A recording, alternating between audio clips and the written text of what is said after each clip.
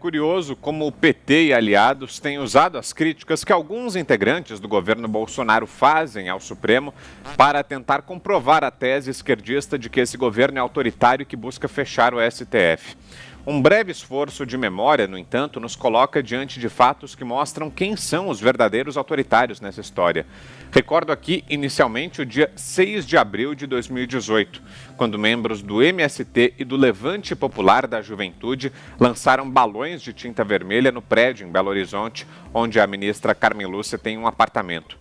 Quem nos assiste por imagens acompanha aí. Quem nos assiste vê aí a imagem de como ficou o imóvel.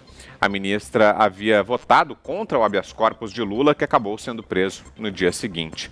Orgulhosas dos seus atos, as duas organizações chegaram a compartilhar as imagens do resultado do vandalismo no Facebook. E não para por aí. Figura sempre presente nas críticas ao STF, em 2019, numa live com esquerdistas, José Dirceu chamou Luiz Fux, futuro presidente da corte, de charlatão. Temos aí? E tem o caso do Fux, que é um caso aberrante, porque ele procurou todos os condenados, ou depois condenados da Lava Jato, todos os réus da Ação Penal 470, chamada de mensalão, para ele me assediou. Sabe que assediar uma pessoa até me encontrar? Para dizer, primeiro, que ele conhecia realmente o processo, as vírgulas do processo, para bater no peito, dizer que matava no peito, que nós éramos inocentes, que nos absolver.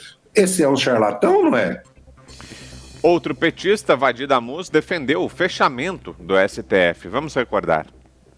É com base nesse tipo de sentimento, de entendimento, que ele ajudou a colocar o presidente Lula atrás das grades. Nós temos que redesenhar o Poder Judiciário e o papel do Supremo Tribunal Federal. Tem que fechar o Supremo Tribunal Federal. Aliado do petismo, o ex-senador Roberto Requião também ameaçou o STF. Solta aí. Ou o Supremo manda soltar o Lula, ou o Supremo não existe mais. E com o fim do Supremo, acaba também o Congresso Nacional. E aí, Augusto, o que dizer dessas falas todas aí?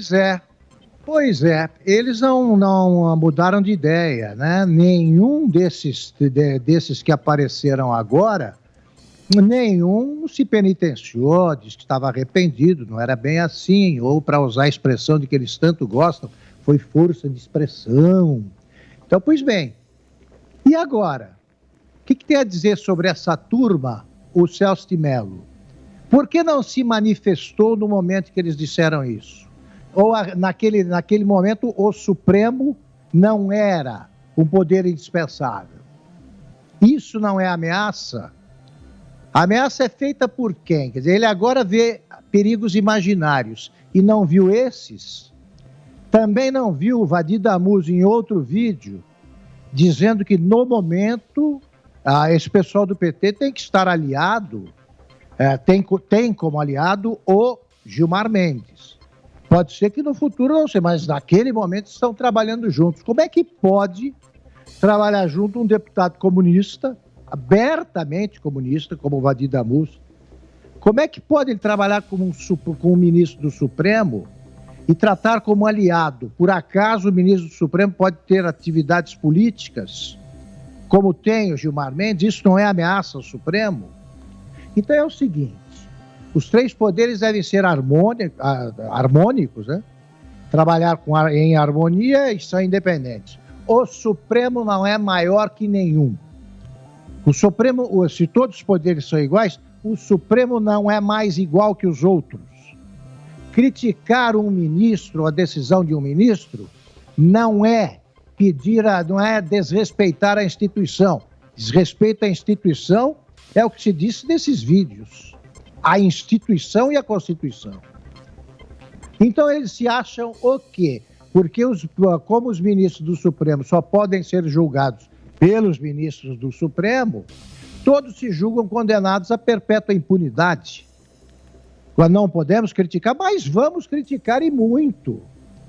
E muito. Eles são servidores públicos, muito bem pagos, por sinal, que devem cumprir o seu dever. Não são mais iguais que ninguém. E não são melhores que quaisquer outros. O presidente da corte era um advogado medíocre, a serviço do PT sempre. Agora vamos tratá-lo como presidente de uma instituição que não pode ser ofendida porque isso ameaça o Estado democrático de direito. Eles estão pensando que estão lidando com moleques, estão tratando o povo brasileiro como um bando de idiotas. Nós, democratas mesmo, sabemos que o Supremo deve ficar no seu lugar. Deveria, aliás, estar dirimindo dúvidas relacionadas com a Constituição e não deliberando sobre tudo. E frequentemente com decisões monocráticas. Então, esses 11 titulares do time da toga, que não serão titulares um dia, o Celso de Mello já estará esquecido na sua cidade, lembrado por quem cruzar com ele na rua, não tenha dúvida. Esse pessoal é tudo transitório, né? Essa passagem pelo Supremo é transitória.